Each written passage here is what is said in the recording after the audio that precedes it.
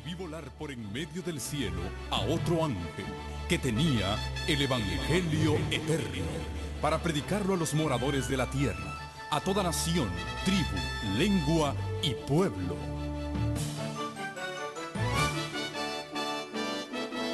Con ustedes su programa cristiano con temas bíblicos de actualidad. Un programa que trae al mundo la verdad presente. Este es el Evangelio Eterno.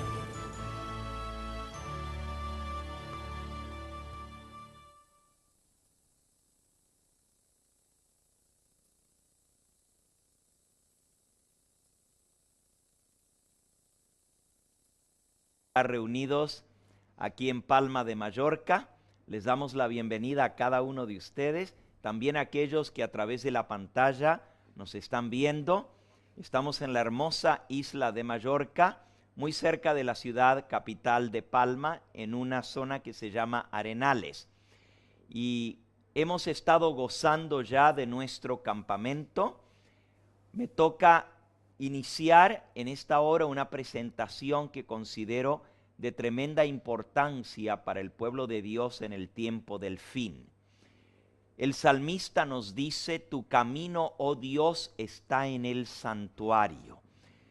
Dios proveyó un medio para la salvación, la redención del hombre, para nuestra justificación, santificación y glorificación. Y ese camino se encuentra en el santuario. Para nosotros como adventistas del séptimo día, entendemos que es la única, y vuelvo a repetir, la única doctrina que es única y singular del pueblo adventista. Es cierto que tenemos 7 pilares de nuestra fe que nos diferencian de las demás denominaciones y creencias religiosas. El año pasado, cuando estuvimos aquí en Palma, estudiamos esos 7 pilares de la fe adventista, las 7 doctrinas que nos han hecho lo que somos. ¿Ustedes conocen cuáles son esos 7 pilares? Esos 7 fundamentos de la fe adventista. A ver. Muy bien, comenzamos por el sábado normalmente, ¿verdad? Porque es algo que nos distingue de los demás. La ley de Dios y su relación con la gracia. La ley y la gracia es una de esas doctrinas que nos hace muy diferentes a todos los demás, porque creemos en la vigencia de la ley y creemos que la ley no anula la gracia, ni la gracia anula la ley. Ese es uno de los pilares de nuestra fe, la perpetuidad de la ley de Dios y la relación perfecta entre la ley y la gracia, entre la justicia y la misericordia. Ese es un pilar. ¿Podrían mencionar un segundo? Muy bien.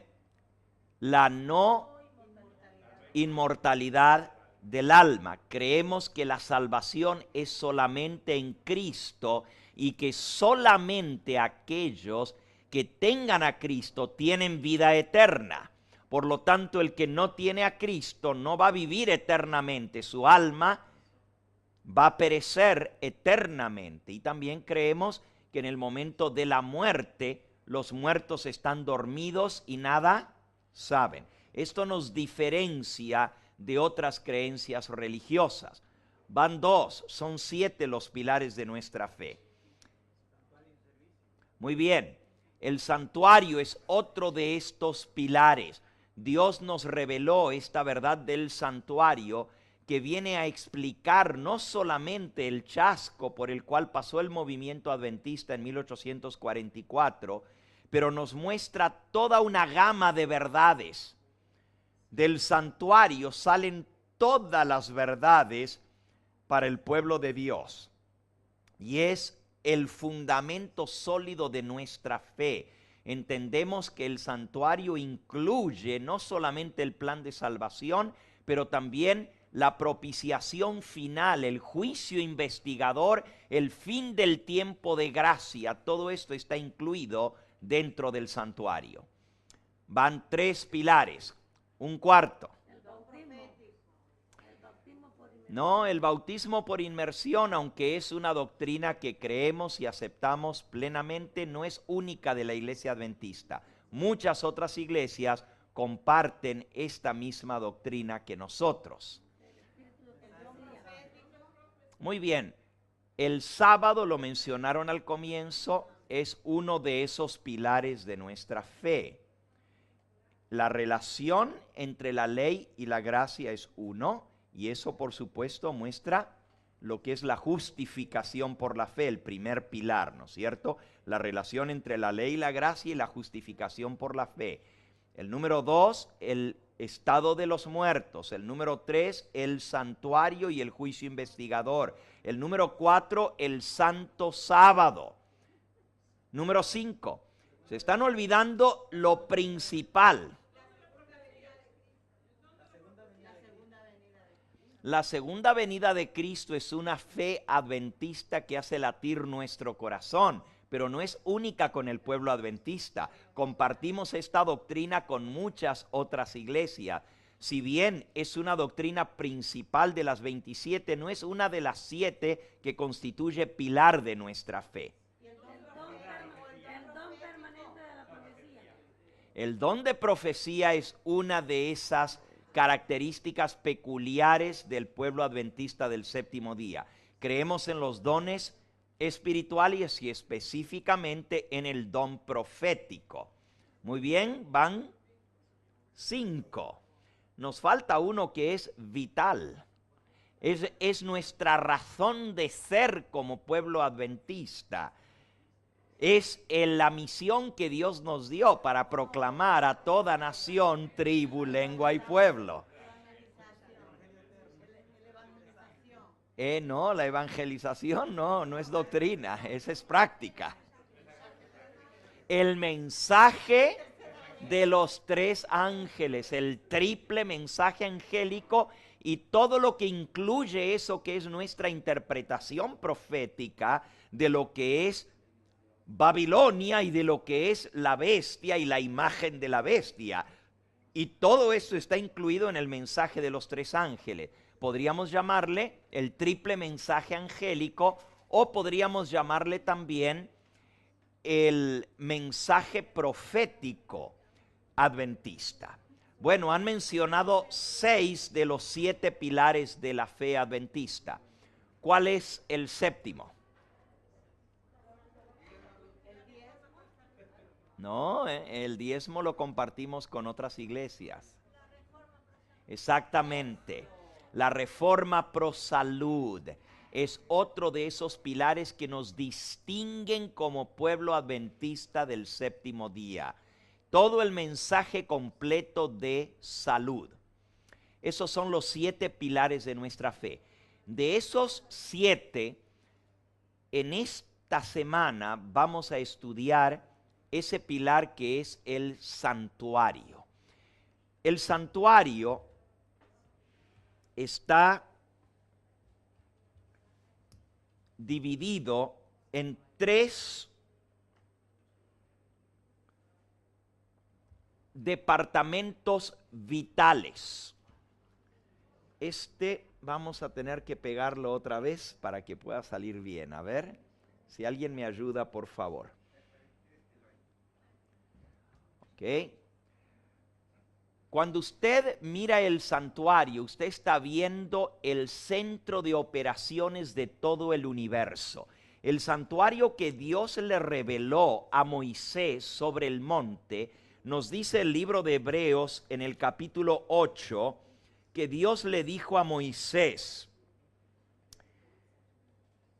mira, Hebreos 8:5, mira, haz todas las cosas conforme al modelo que te ha sido mostrado en el monte. Dios le mostró un modelo a Moisés del cual él debía copiarse. Y ese modelo era el santuario celestial. nos dice en el versículo 2 que Cristo es ministro de aquel verdadero tabernáculo que levantó el Señor y no el hombre. Así que el verdadero tabernáculo está ¿dónde? En el cielo. El tabernáculo terrestre es solamente una copia del tabernáculo celestial. El antiguo pacto se celebraba en torno al santuario terrenal, el nuevo pacto en torno al santuario celestial. Hebreos capítulo 9, versículo 1. Ahora bien, el primer pacto tenía ordenanzas de culto y un santuario terrenal. El primer pacto, el pacto del Sinaí, se centró en torno a un santuario terrenal. El nuevo pacto o el pacto eterno se centra en torno a un santuario. No, ahora se cayó del otro lado porque se estiró mucho de aquel. A ver. Sí, pero no lo estire tanto, hermana, no. Tiene que estar recto allí.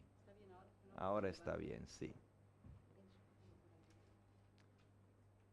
Todavía está muy torcido, ¿eh?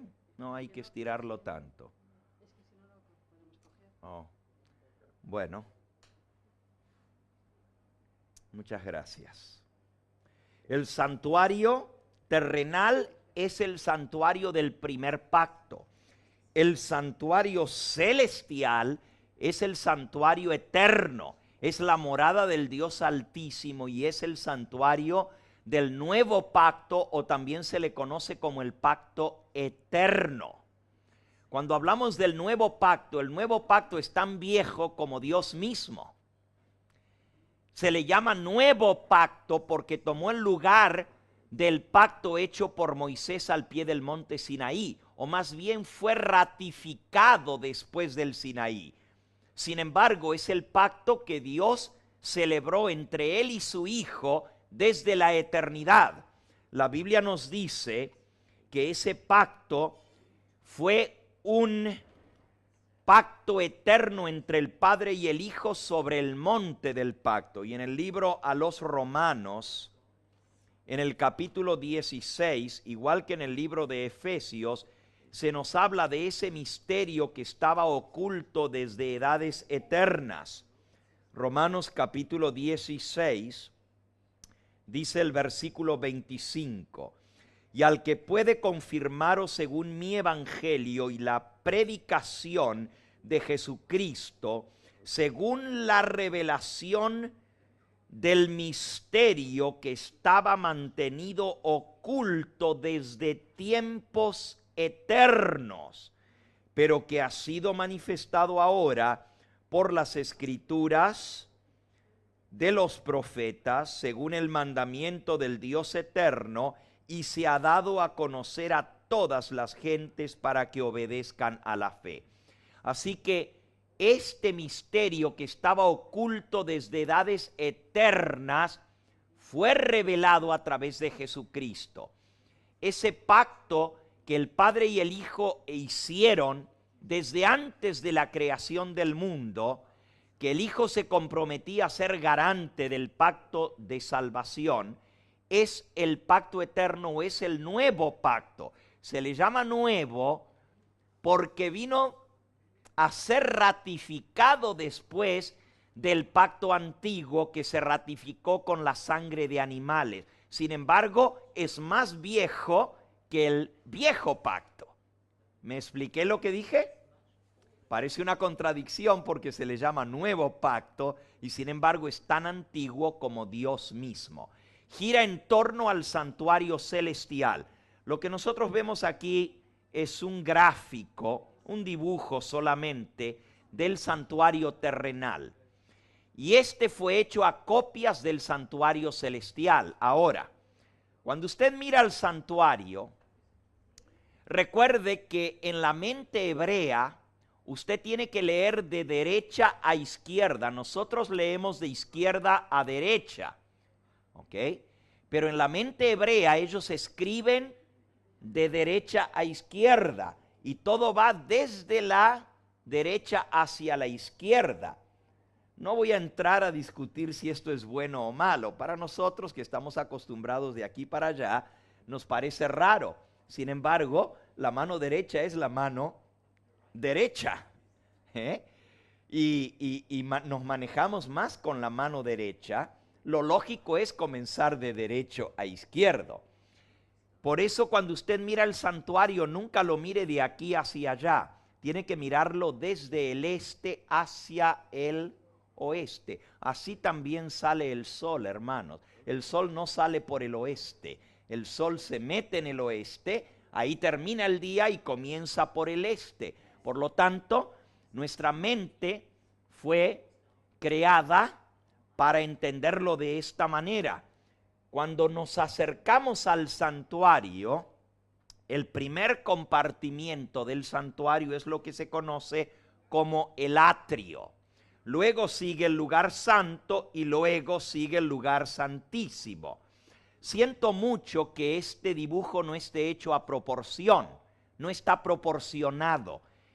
Los tres lugares eran iguales en tamaño, según las dimensiones que nos da la Escritura. Pero para poder acomodar las cosas, este se hizo como un cuadradito muy pequeño. En realidad tiene el mismo tamaño que el lugar santo, el lugar santísimo.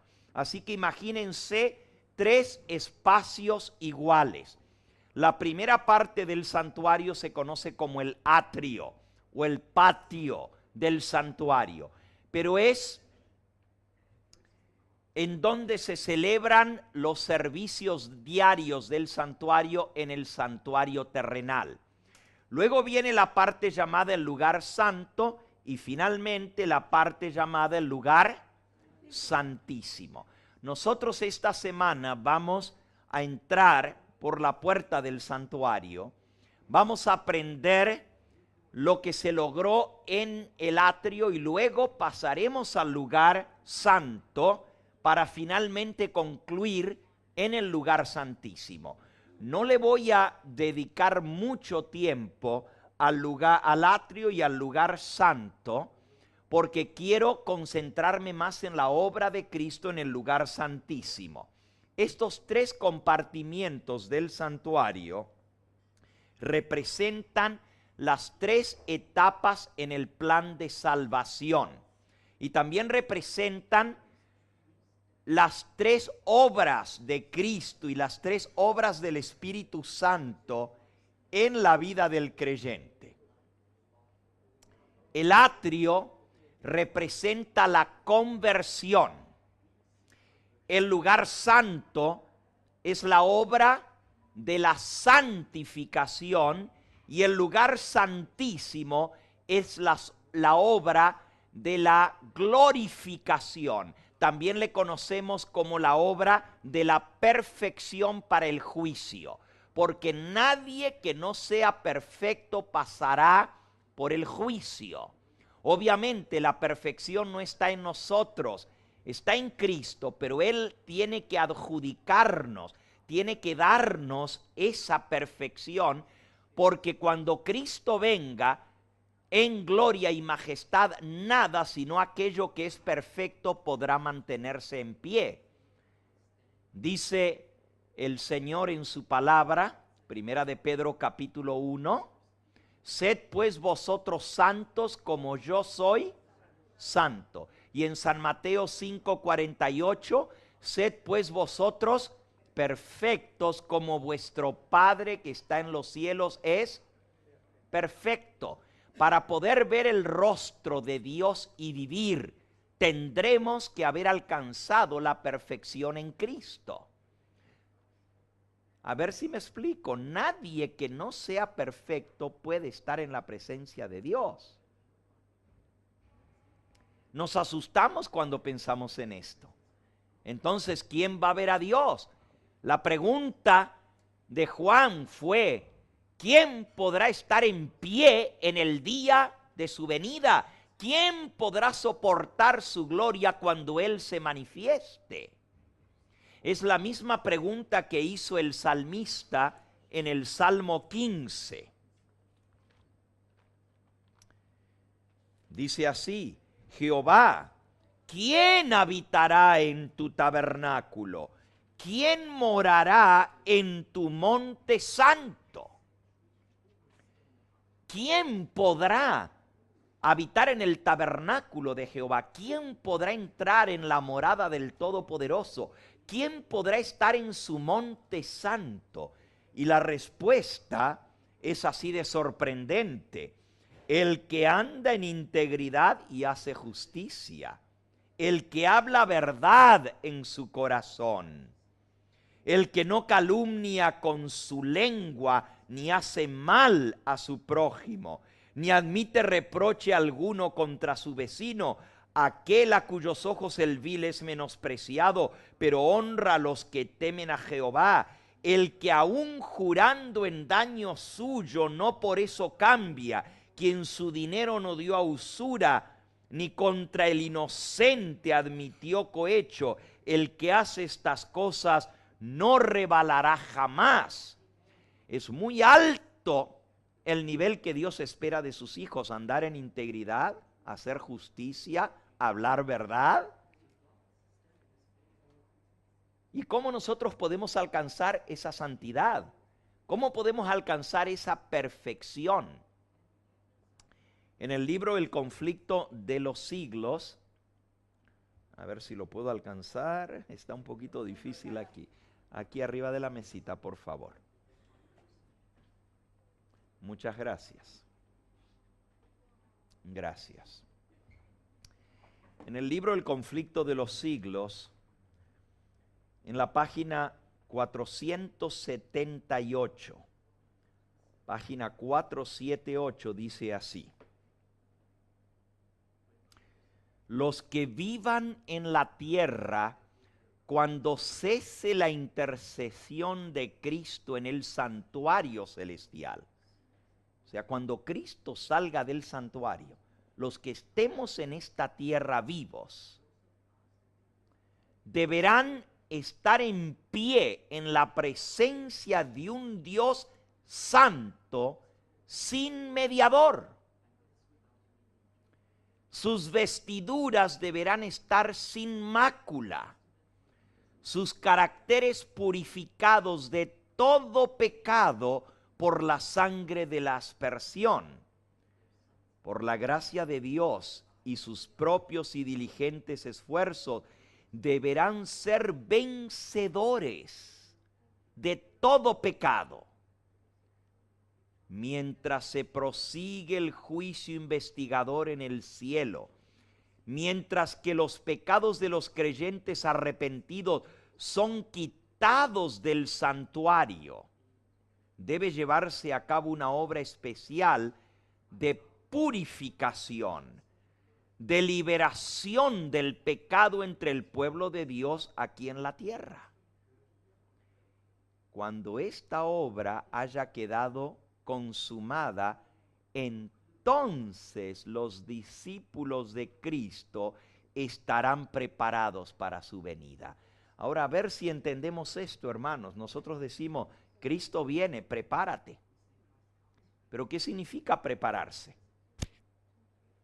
How do we prepare ourselves for the coming of the Lord? What does it mean to be ready? ¿Qué significa estar listos para la venida del Señor? Bueno, aquí dice que estaremos listos cuando nuestra vida esté sin pecado, cuando nuestros caracteres estén sin mácula. Ahora, si solamente fuera esta cita del espíritu de profecía, nosotros diríamos: es que Leonard de White lo pone muy alto a esta norma. Pero ¿saben ustedes que la palabra de Dios dice exactamente lo mismo? Acabamos de citar dos pasajes. Primera de Pedro 1, 19, donde dice: sed pues vosotros santos, como yo soy santo, dice el Señor. También está en Levítico 11, versículo 44. También lo encontramos en Mateo 5, 48. Sed pues vosotros perfectos, como vuestro Padre que está en los cielos es perfecto. El apóstol San Pablo lo declaró en el libro a los Hebreos: diciendo buscad, Hebreos capítulo 13, buscad la paz y la santidad, sin la cual, ¿qué dice? Nadie verá a Dios. ¿Cuántos van a ver a Dios sin ser santos? Nadie verá a Dios a menos que seamos santos. Y miren cómo lo pone el apóstol Judas. En su único capítulo, en el versículo 24, dice, y aquel que es poderoso para guardaros sin caída y presentaros sin mancha delante de su gloria con grande alegría.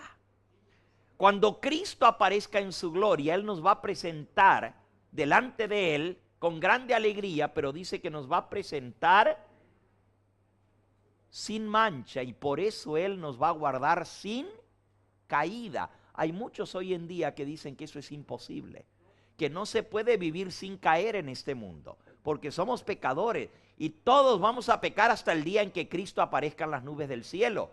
Pero el testimonio de la palabra de Dios es que el Señor es poderoso para guardarnos sin caída y presentarnos sin mancha delante de su gloria cuando Él aparezca. Veamos otro pasaje y en un momento les voy a decir qué relación tiene eso con el santuario. Vamos a Primera de Juan en el capítulo 3. Comienza diciendo este capítulo precioso: mirad cuál amor nos ha dado el Padre. Behold, what a manner of love has the Father loved us. Mirad cuál amor nos ha amado el Padre, que seamos llamados ¿qué? Hijos de Dios, alabado sea su nombre. Somos sus hijos. Pero luego dice, amados, ahora, versículo 2, somos hijos de Dios. Amén. Somos hijos de Dios, pero aún no se ha manifestado lo que hemos de llegar a ser. Todavía no se ve lo que vamos a hacer, pero sabemos que cuando Él se manifieste, seremos semejantes a Él, porque le veremos tal como Él es. Todo aquel que tiene esta esperanza en Él, ¿qué dice? Se purifica a sí mismo, así como Él es puro. Ahora, hermanos, si tú tienes la esperanza de verlo venir en gloria, si esa es tu esperanza bendita, if this is the blessed hope in your heart, to see Him come alive, if you want to be alive when He comes, si quieres estar vivo y verle venir en gloria, tienes la esperanza bendita, la esperanza adventista. Pero el que tiene esta esperanza tiene que purificarse, como Él es puro. Sigo leyendo. Todo aquel que comete pecado traspasa la ley, pues el pecado es transgresión de la ley. Y sabéis que Él apareció para quitar nuestros pecados, y no hay pecado en Él. ¿Para qué vino Cristo? ¿A qué vino Jesús a este mundo? ¿A quitar la culpa de nuestro pecado o a quitar el pecado? Casi siempre decimos, sí, Cristo vino a morir por mis pecados. Esa es solamente una parte. Él vino a pagar la deuda de nuestro pecado para quitarnos la culpabilidad del pecado, pero también vino a quitar nuestros pecados, y no hay pecado en Él. Ahora, ¿notaron el versículo 3? Cuando Él venga, seremos semejantes a Él. ¿Y cómo es Él? No hay pecado en Él. Entonces, si le vamos a ver como Él es, tendremos que ser como Él, sin pecado. ¿Ustedes creen que Dios va a llevar a un pecador al cielo? Pues si del cielo echó a los ángeles por ser pecadores. ¿Cómo se nos ocurre pensar que Él va a llevar a pecadores al cielo? O algunos dicen, bueno, sí, todos los que van a ir al cielo van a ser pecadores. Fueron pecadores, pero no serán pecadores. No seguirán pecando, porque si no, eso sería inmortalizar el pecado por toda la eternidad. Dios no va a llevar a nadie que quiera seguir pecando al cielo. Y tampoco va a llevar a nadie que no haya vencido el pecado en esta tierra. Esta tierra es la escuela que demuestra ante todo el universo quién es digno y quién no es digno. Si aquí no demostramos que estamos dispuestos a obedecer la ley de Dios, el Señor no nos puede llevar allá, a arriesgar a todo el universo otra vez a que se perpetúe el pecado. Antes de que Él venga tenemos que estar sin pecado, ser semejantes a Él. Y no crean que yo estoy torciendo la Escritura. Sigamos leyendo y vamos a ver lo que dice. Miren, versículo 6. Todo aquel que permanece en Él, ¿qué dice? No peca. Y todo aquel que peca no le ha visto ni le ha conocido. Hijitos, nadie os engañe. El que hace justicia es justo como Él es justo. Y el que practica el pecado es del diablo, porque el diablo peca desde el principio. Para esto apareció el Hijo de Dios, para deshacer las obras del diablo. Todo aquel que ha nacido de Dios no practica el pecado, porque la simiente de Dios permanece en él y no puede pecar porque es nacido de Dios. Ahora, esto más claro no se le puede echar agua. El que sigue pecando es del diablo. El que deja de pecar es de ¿quién? Es de Dios. Y tú dices, pero ¿y cómo? El camino de Dios está en el santuario. Pero la mayoría de las iglesias se quedan en el atrio. Cristo te perdona, Él murió por tus pecados. Él te lava de todo pecado en el bautismo, eres limpio. Y no entran ni siquiera al santuario, se quedan en el atrio. Esta es la obra que Cristo hizo en la tierra, pero hay 3 etapas en la obra de Cristo. 3 etapas. Como hay 3 etapas en la vida del cristiano. La primera etapa en la obra de Cristo es la que Él vino a hacer aquí en la tierra, su sacrificio expiatorio, representado en el atrio por el altar de sacrificio donde se mataba el animal, se recogía la sangre. Esa es la muerte de Cristo. Eso representa el sacrificio expiatorio y representa que yo acepto ese sacrificio, reconozco que soy pecador y vengo a los pies de la cruz a recibir el perdón por mis pecados. Una vez que yo he recibido el perdón, entonces no solamente el Señor Jesús me perdona, pero también me lava, me limpia de todo pecado. Esa es la obra perfecta de Cristo y esta parte en el atrio se llama la justificación. Cuando Dios nos hace justos por su sacrificio en la cruz del Calvario.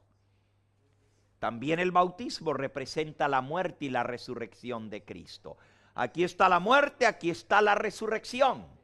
La muerte al pecado, la resurrección a una nueva vida. Pero ahí no termina la obra del Espíritu Santo. Ahora hay que entrar al santuario. Porque dentro del santuario Dios nos santifica. En la parte llamada el lugar santo se encontraban 3 utensilios o 3 mobiliarios. Recuerden, en el atrio hay 2, el altar y el lavacro. 3 en el lugar santo, la mesa de los panes de la proposición, el candelabro de oro de 7 brazos y el altar del incienso o el altar de oro que está frente al velo. En el lugar santísimo hay un mobiliario. ¿Cuál es? El arca del pacto con los querubines de oro el propiciatorio, la tapa del arca. Era una urna de oro que adentro tenía la ley de Dios.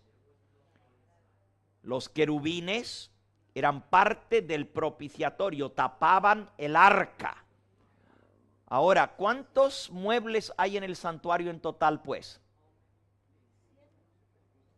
¿Cuántos hay?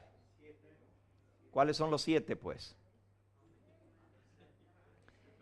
El altar, el lavacro son 2, la mesa 3, el candelabro 4, el altar del incienso 5 y el arca del pacto 6. ¿Cuántos son las cosas que estaban en el santuario? 6. ¿No les parece que le falta algo? Eso es parte del arca del pacto. Es parte del arca. Hermanos, son 7, porque el número de Dios es perfecto.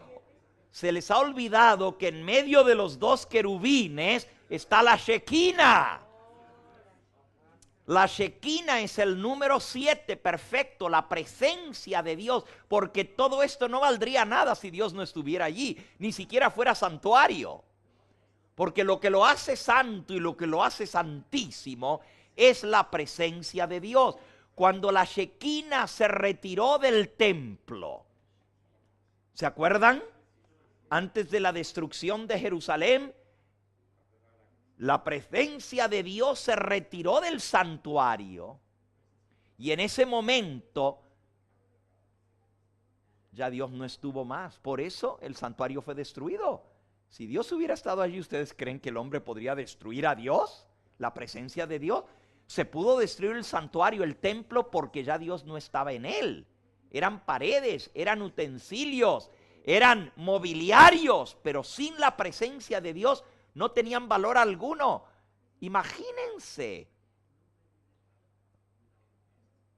que los utensilios del templo fueron llevados al templo del dios de los babilonios, de Marduk, y fueron colocados en el templo del dios pagano. Una blasfemia. Pero no Dios, el Dios todopoderoso no puede ser puesto en un mobiliario. Por eso el número 7 es la Shekinah. Ahora, cuando nosotros entramos al santuario, entramos al atrio, luego viene la parte del lugar santo donde Dios nos santifica para poder entrar por la fe al lugar santísimo y recibir el sello de Dios. El sello de Dios está en su ley. El sello de Dios está en el lugar santísimo. Y aquí es donde somos sellados. Aquí somos justificados en el lugar, en el atrio. En el lugar santo somos santificados. Y en el lugar santísimo somos sellados para la eternidad. Aquí es donde logramos la perfección en el lugar santísimo. Perdón, santificación y glorificación, porque solamente aquellos que estén sin pecado serán glorificados. Escuchen esta cita. Me voy a acercar aquí a la luz para poderla leer. Palabras de vida del Gran Maestro, página 266. Nadie diga, no puedo remediar mis defectos de carácter. No puedo llegar a ser perfecto. Nadie diga. Si llegáis a esta conclusión, dejaréis ciertamente de obtener la vida eterna. La imposibilidad reside en vuestra propia voluntad. Nadie diga, no puedo remediar mis defectos de carácter, no puedo cambiar, yo soy así y así me voy a quedar porque así soy. El que diga eso está renunciando a la vida eterna, hermanos. Buscad la paz y la santidad sin la cual nadie verá al Señor. No podemos ver a Dios con pecado en nuestra vida porque Él es fuego consumidor. Nos eliminaría, así como la luz desbarata las tinieblas, así la presencia de Dios nos eliminaría, nos fulminaría si hubiera pecado en nuestra vida. Por eso cuando Él venga hemos de estar sin pecado. Una cita más, Conflicto de los Siglos, página 549. De los defectos de carácter se vale Satanás para intentar dominar toda la mente. De los defectos de nuestro carácter se vale Satanás para dominar toda la mente. Y sabe muy bien que si nosotros decidimos conservar un defecto de nuestro carácter, logrará dominarnos por completo. El diablo, él sabe cómo está esto. Y con solo un defecto de carácter que nosotros digamos, esto no lo puedo vencer, soy así y así me voy a quedar, ya el diablo sabe que ya nos tiene en su bolsa. De ahí termina diciendo la cita, que el diablo trata constantemente de engañar a los discípulos de Cristo con su fatal sofisma de que les es imposible vencer. ¿Cuál es el engaño más grande del diablo? No puedes vencer. No puedes vencer tus defectos de carácter. Por eso esta semana vamos a aprender cómo entrar al santuario para poder vencer. Porque aquí se encuentra el perdón, aquí se encuentra la victoria, y estoy yendo desde el atrio hacia el lugar santo y hacia el lugar santísimo. En el atrio encuentro el perdón, en el lugar santo encuentro la victoria y en el lugar santísimo encuentro la perfección. Hermanos, ¿se puede aún vencer los defectos de carácter que traemos heredados? ¿Por herencia?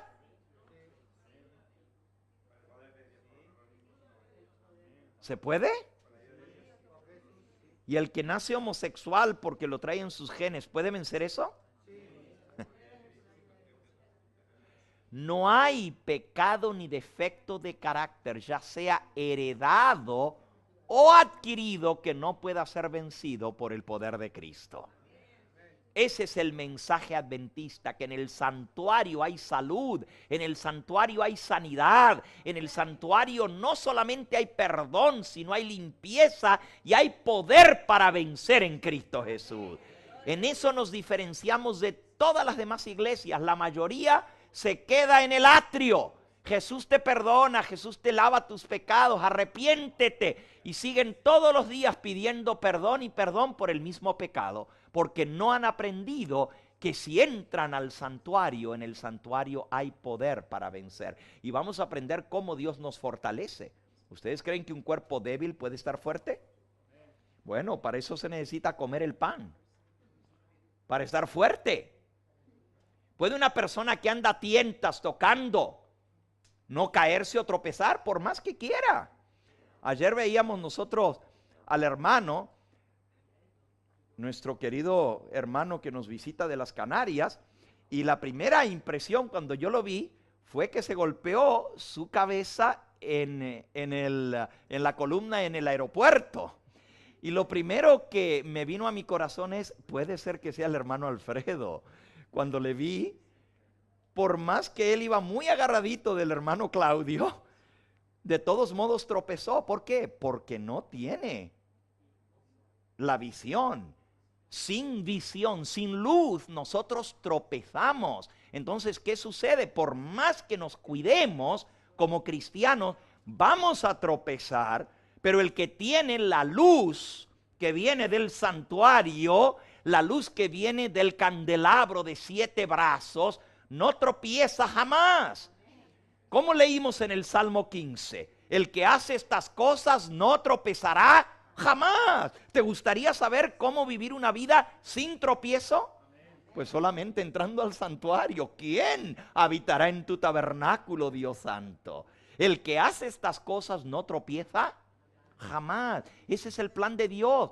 Él es poderoso para guardaros sin caída y presentaros sin mancha delante de su gloria con grande alegría. Así que este es el plan de Dios para su pueblo. En el lugar santísimo somos sellados. Ahí queda completa la obra. Aquí es donde el Señor coloca su sello y dice: estás listo para la traslación, hijo mío. Todo cristiano que entre al cielo tiene que pasar por el camino del santuario. No hay otro camino a Dios.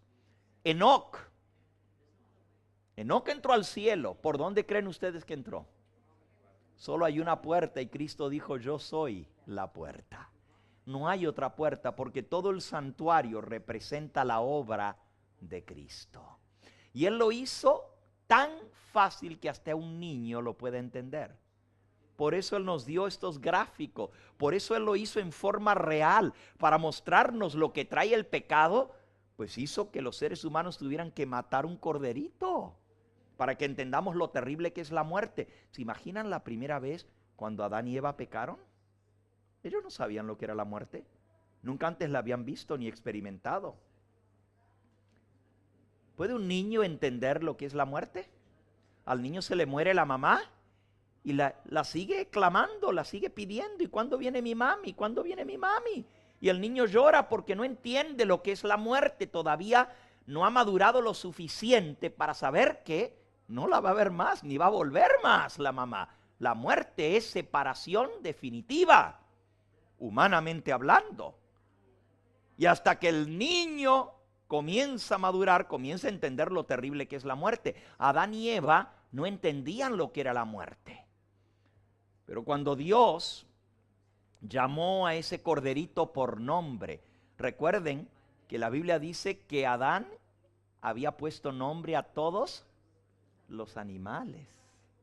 Y el nombre que esos animales Él les puso se mantuvieron, dice la Biblia en el libro de Génesis, en el capítulo 3. Es el nombre con el cual les llamaban. El Creador llamó al cordero con el nombre que Adán le había puesto. Y el corderito vino corriendo al escuchar la voz de su Creador, confiado. Qué tremendo. Poco se imaginaba ese animalito que ese llamado iba a ser el último.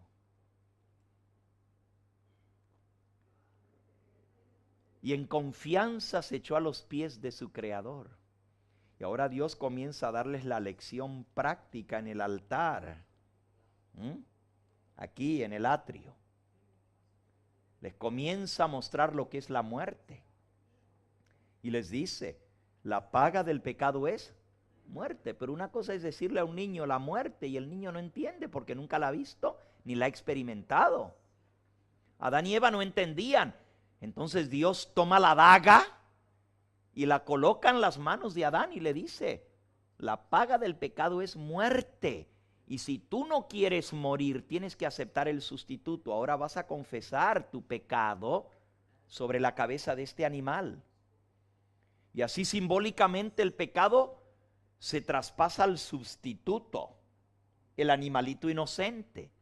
Y ahora el mismo Adán, el Creador, toma el cuchillo y le guía la mano, porque ni Adán sabía lo que significaba matar, ni cómo hacerlo.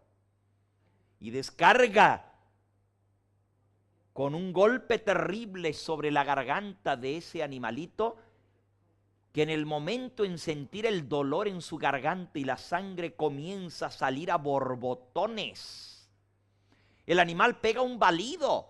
Sus ojos, de por sí los corderos tienen unos ojos bien grandotes, ¿verdad? Pero cuando queremos decir que una persona tiene ojos bien grandes, así como los míos, mi esposa me dice: tenés ojos de cordero degollado. Unos ojos grandotes. El pobre animalito abrió sus ojos desorbitados al sentir el dolor. Comenzó a sacudirse en el estertor de la muerte, trató de lanzar un balido final y comenzó a sacudirse, pero no le salió el balido porque sus cuerdas vocales habían sido cortadas por la daga. Lo que salió fue más sangre, se manchó su manto blanco y al momento quedó inmóvil, quedó estático.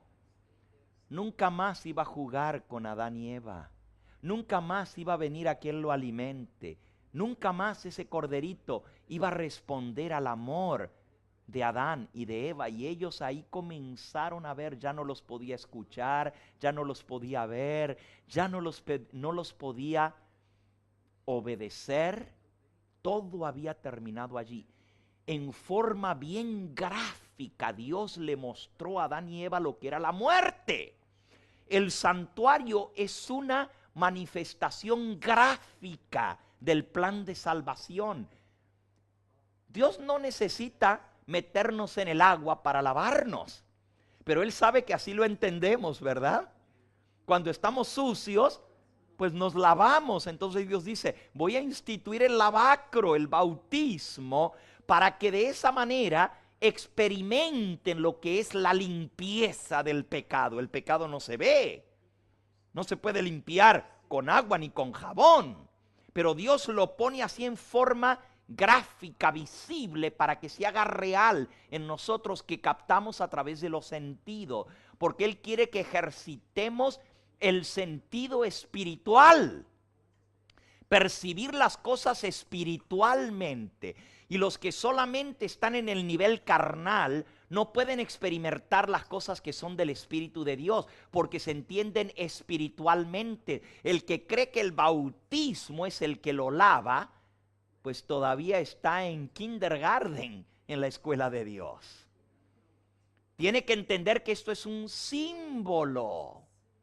El que cree que es el aceite puesto en la cabeza el que lo va a sanar, todavía está a nivel de un niño. El niño necesita palpar, tocar, ver, experimentar para entenderlo. Dios quiere que entendamos que eso es una cosa más grande, un símbolo del Espíritu Santo, que es el que nos sana, ¿verdad?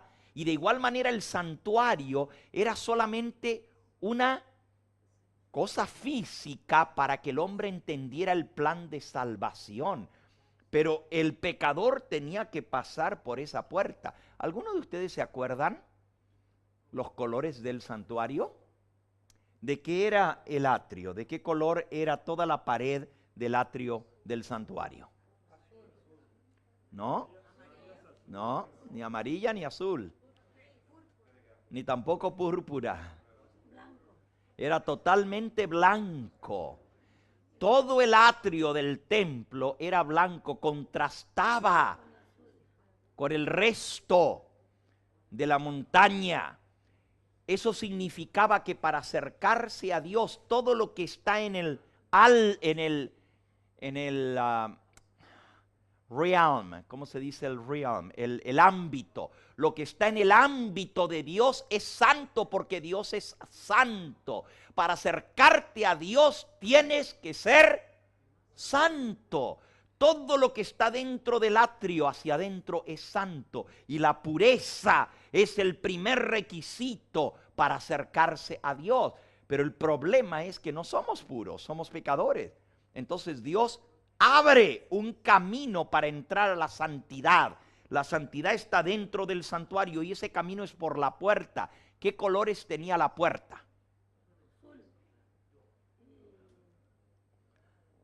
¿No lo recuerdan? Vamos a buscarlo en el libro de Éxodo. A ver los colores de la puerta.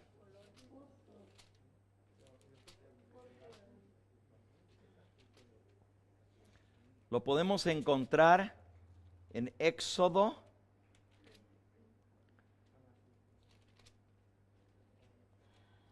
Desde el capítulo 25 en adelante está toda la descripción del santuario. De ahí en adelante.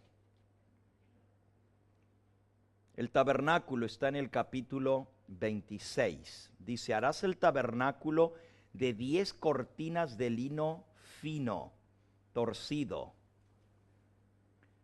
azul púrpura y carmesí lo harás con querubines de obra primorosa.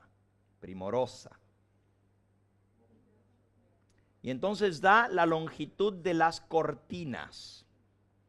¿Cuáles son los 3 colores de las cortinas? Primero es lino. ¿El lino qué color es? Blanco.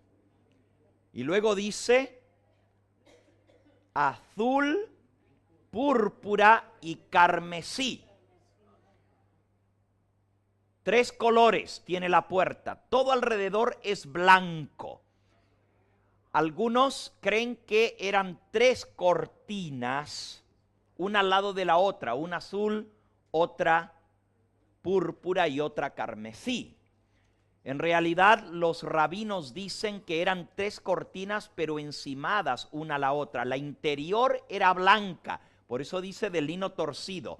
En otras palabras, si aquí hubiera una cortina, la primera cortina, la más interior, es de color blanco, igual que toda la pared alrededor. La primera cortina es blanca. Arriba de esa se le cuelga otra cortina que es de color... No, miren el orden. Correcto.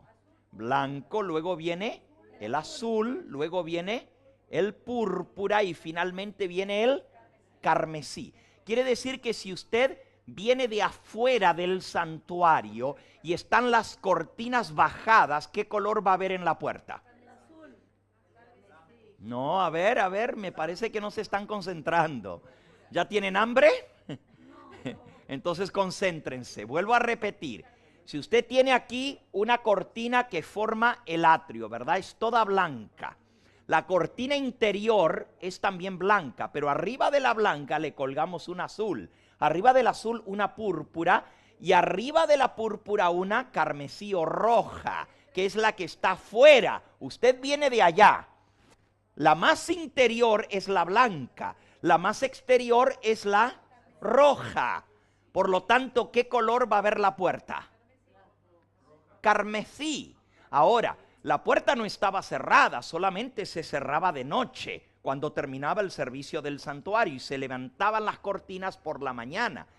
Al levantarlas, usted siempre veía los 4 colores, como si yo recogiera, ¿verdad?, la primera cortina y queda aquí, y la otra la recojo, o sea, la blanca queda atrás, luego la otra y la otra y la otra, y usted ve los 4 colores que están arriba. Arriba de todo se ve el blanco, luego sigue el color azul, luego sigue el color púrpura y finalmente el color carmesí. Cuando están levantadas las cortinas se ve arriba los colores. Cuando están bajadas, lo primero que usted ve es el rojo. ¿Qué tenía que recordar el color rojo cuando uno venía al santuario?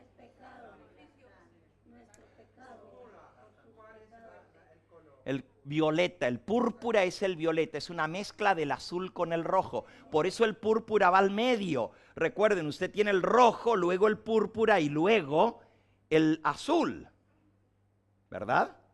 Mirando desde afuera hacia adentro, pero aquí estamos hablando de adentro hacia afuera, o sea que primero está el blanco, luego el azul, luego el púrpura y luego el carmesí. La mezcla entre el púrpura, entre el carmesí y el azul es el color púrpura, es el color violeta, mezcla de azul y rojo. Ahora escuchen bien, estamos en la puerta. Les hago una pregunta, ¿de quién es símbolo la puerta?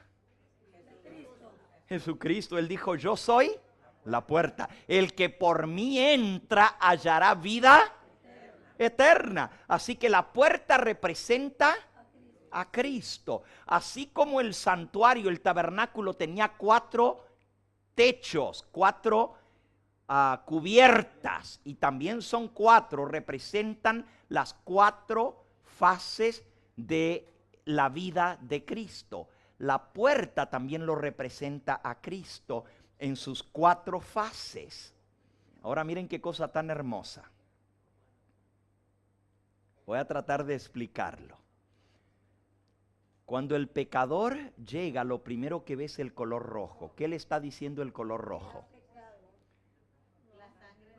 Estás manchado. Estás manchado con pecado. El rojo es el color del pecado. Y el pecado produce muerte, que es el color de la sangre. Por eso el rojo es símbolo de pecado. Leamos un pasaje, solamente les voy a dar uno para cada uno, ¿verdad? Isaías capítulo 1 y versículo 18. Isaías 1:18. Venid luego, dice Jehová, y estemos a cuenta. Si vuestros pecados fueren como la grana, como la nieve serán emblanquecidos, y si fueren rojos como el carmesí, vendrán a ser como blanca lana. Aquí vemos los dos colores, el externo y el interno, ¿verdad? La cortina última es la blanca, la cortina primera es la roja, ¿ok? La roja es símbolo del pecado, la blanca es símbolo de la pureza. Todo el que pasa por esa puerta entra rojo y sale blanco. Cuando tú entras por la puerta, lo primero que ves es el rojo, pero cuando sales, lo que ves es el blanco, porque sales puro. Entras rojo con el pecado y sales blanco por la sangre de Cristo Jesús. Ahora, el rojo es símbolo de pecado, es símbolo de sangre. La paga del pecado es la muerte y la vida está en la sangre.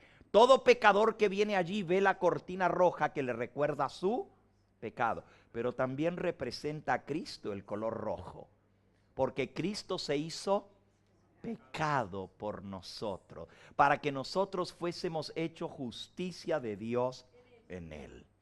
Muy bien, el otro color del cual se mezclan los dos para lograr el púrpura es el azul. ¿Qué representa el color azul? La ley de Dios. Muy bien, Números capítulo 15 nos dice el simbolismo del color azul. Dice el versículo 38, habla a los hijos de Israel y diles que se hagan franjas en el borde de sus vestiduras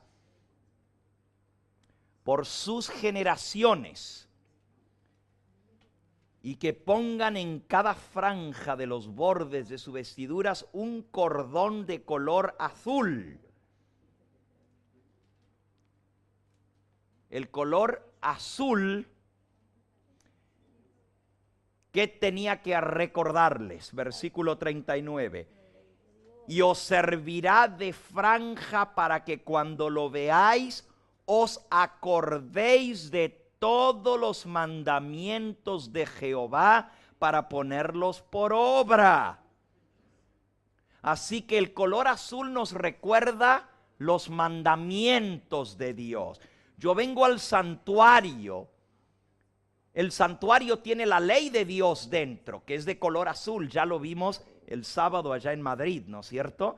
Que la ley de Dios fue hecha de color azul, de piedras de zafiro. Fueron hechos de zafiro los mandamientos. No voy a tomar el tiempo de explicar eso ahora, pero les puedo dar los textos. Ya lo vimos el sábado con los que estuvieron en Madrid. ¿Ok? La ley de Dios está representada por el color azul. La cortina interior, antes de llegar a la blanca, la última es la azul. Pero para poder llegar a cumplir esos mandamientos, hay que pasar por el color púrpura, el color violeta. ¿Ok? El color violeta se consigue de una mezcla del rojo con el azul.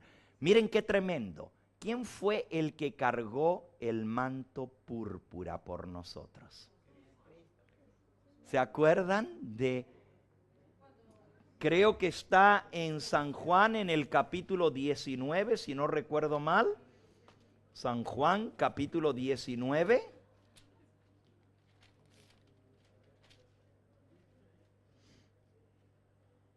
Ahí está en el versículo 1 y 2. Así que entonces tomó Pilato a Jesús y lo azotó, y los soldados entretejieron una corona de espinas y pusieron sobre su cabeza la corona de espinas y le vistieron con un manto de púrpura. El color púrpura es la mezcla del azul con el rojo. Cristo guardó perfectamente los mandamientos de su Padre. El color azul nos recuerda los mandamientos. Pero por nosotros se hizo pecado y cargó nuestros pecados sobre su naturaleza sin pecado, color azul, obediente a los mandamientos de Dios. Dios le colocó los pecados de todos nosotros y la mezcla del rojo con el azul dio como resultado el manto púrpura. Cuando Jesús fue nuestro sustituto, fue vestido de púrpura. La púrpura es esa mezcla maravillosa entre la justicia y la misericordia. El rojo es el color de la sangre, el color del perdón y la misericordia, mientras que el azul es el color de la justicia. Y Cristo cargó el manto púrpura. Todo pecador que viene al santuario tiene que entrar por esa puerta. Viene pecador, a través del sacrificio de Cristo, pasa por el color púrpura. Y entonces llega a ser justo por la ley de Dios en su vida. Y cuando sale del santuario, sale con el color blanco al frente, completamente limpio, sagrado, santificado, sin pecado. De rojo pasó a blanco por el misterio de la mezcla de la justicia y la misericordia que se manifiesta en el color púrpura. La puerta representa a Cristo. Sus 4 estados. Era puro y sin pecado, color blanco. Ahora mirando desde adentro hacia afuera, ¿verdad? El blanco primero. La ley de Dios estaba en su corazón, pero Él se hizo hombre por nosotros y cargó nuestro pecado, el color rojo, haciéndose púrpura, cargando el manto púrpura para que tú y yo pudiésemos ser hechos justicia de Dios en Él. Solo hemos llegado a la puerta. Tenemos que llegar al altar y luego al lavacro. Ya tengo que concluir porque la hora ha transcurrido. Pero mañana queremos entrar al lugar santo para ver cómo Dios nos santifica, cuáles son los medios que Dios tiene para nuestra santificación. Y luego queremos entrar al lugar santísimo para ver cómo es que logramos la perfección y recibimos el sello del Dios vivo en nuestra vida. En el atrio, justificación. En el lugar santo, santificación. En el lugar santísimo, glorificación o perfección. Y leamos nuestro último pasaje en Primera de Corintios capítulo 1.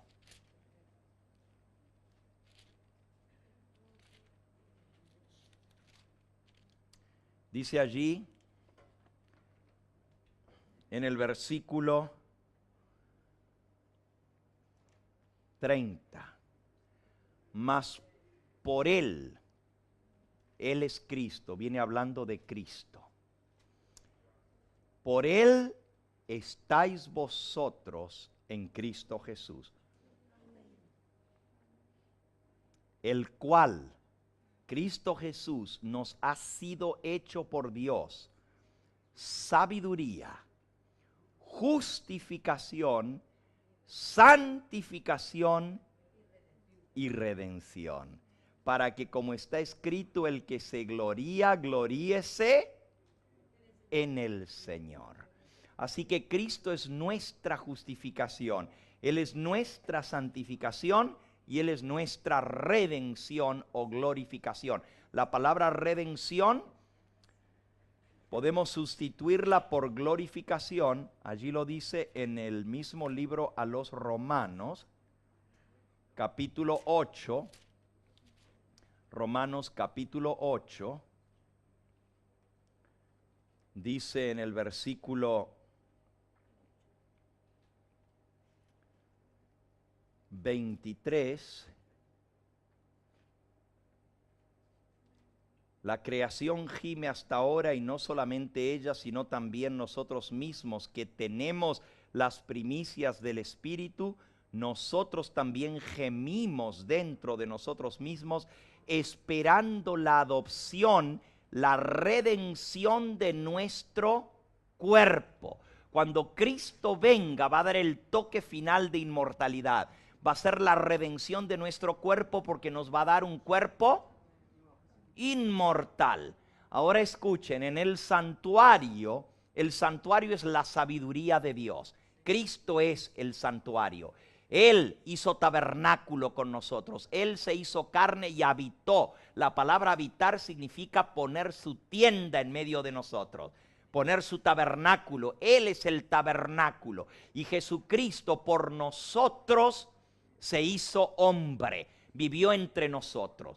La sabiduría de Dios está en el santuario, su camino está en el santuario. Este es el camino de la vida, el camino que lleva a la vida eterna, a poder ver el rostro de Dios. Entonces, esta es toda la sabiduría de Dios, es Cristo. Cristo es también nuestra justificación en el atrio, es nuestra santificación en el lugar santo y es nuestra redención, la redención de nuestro cuerpo en el lugar santísimo. En el atrio nos limpia del pecado. En el lugar santo nos limpia del poder del pecado. Y en el lugar santísimo nos limpiará de la presencia del pecado. A ver, repito otra vez.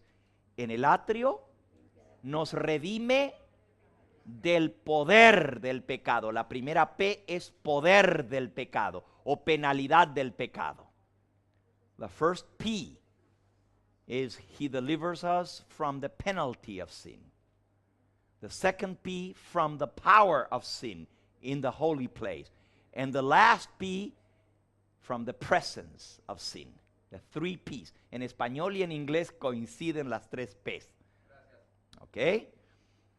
En el lugar, en el atrio nos salva ¿de qué? Del poder no. De la paga del pecado, de la penalidad del pecado. Aquí somos justificados. Esa es la primera P. Lo primero que tiene que quitarnos es la culpa, la paga del pecado. Nos libra de la muerte.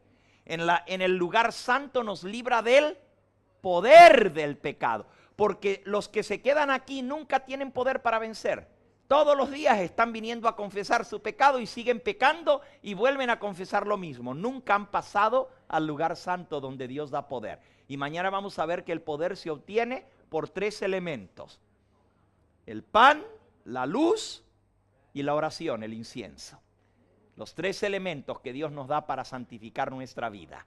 ¿Ok? Aquí nos salva del poder del pecado. Pero en el lugar santísimo donde Él está ahora, cuando Él salga del lugar santísimo, se va a ver completado la redención. Por eso Él es hecha nuestra redención.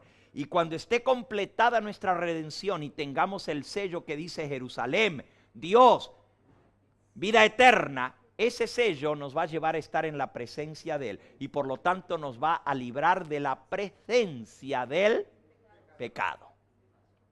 De la presencia del pecado quedaremos libres en la venida del Señor. Hay algunos que creen que cuando Cristo venga nos va a salvar de nuestros defectos de carácter. Cuando Él viene nos va a dar un nuevo cuerpo, pero en una nueva mente. La nueva mente tenemos que renovarla ahora. Lo único que nos vamos a llevar de este mundo al venidero es nuestro carácter. Y ese carácter tiene que ser transformado en el lugar santo. Antes de poder entrar al juicio, tenemos que haber usado los elementos que Dios nos da en el lugar santo para llegar a ser santos como Él es santo y poder estar en la presencia de un Dios santo sin mediador. La última cita ahora del Espíritu de Profecía, les di el último texto. Ahora les doy la última cita, Conflicto de los Siglos, página 680. Saben, esta es una de las citas más impresionantes de todo lo que escribió Elena de White. Dice así: ahora, mientras nuestro gran sumo sacerdote está haciendo propiciación por nosotros, debemos tratar de llegar a la perfección de carácter en Cristo. ¿Cuándo tenemos que alcanzar la perfección? Ahora. mientras Cristo está en el santuario. Nuestro Salvador no pudo ser inducido a ceder a la tentación ni siquiera en pensamiento. Not even by a thought did he yield to temptation. So it may be with us. Así mismo debe ser con nosotros. Oh, Satanás encuentra en los corazones humanos algún asidero en el que hacerse firme, tal vez algún deseo pecaminoso que se acaricia, por medio del cual la tentación se fortalece. ¿Se acuerdan lo que leímos antes? Que el que diga yo no puedo vencer este defecto de carácter está renunciando a la vida eterna. Si el diablo ve que hay una cosa en tu vida que tú no quieres rendir, sea lo que fuere, algo en tu mente, algo en tu cuerpo, puede ser tu amor al dinero, puede ser tu amor a la ostentación, puede ser tu orgullo, puede ser tu apetito, cualquier cosa, puede ser tu mal genio. No importa lo que sea en tu vida, si el diablo ve que tiene algo de donde agarrarse, por ahí se fortalece y por ahí consigue su presa. Pero de Cristo se declara, él mismo lo dijo, viene el príncipe de este mundo y no tiene nada en mí. He finds nothing in me. Satanás no pudo encontrar nada en el Hijo de Dios que le permitiese ganar la victoria. Hermanos, el problema no está en Dios. Él quiere darnos la victoria. El problema está en ¿quién? Que hay algo que no queremos renunciar. Ese es el problema. Si el diablo encuentra y él te estudia con una sabiduría satánica que viene de siglos de estar estudiando la naturaleza humana, él ve hasta tus miradas, él ve lo que tú miras, lo que oyes, lo que te gusta, that which clicks in you. He knows what clicks in you. He studies you. Te conoce hasta por la sonrisita que das cuando escuchas algo. Él sabe lo que está pasando por tu mente, aunque no puede leer la mente, como te conoce. Él sabe cuáles son tus áreas débiles. Y mientras él sepa que tú no has renunciado a eso, él dice, lo tengo seguro.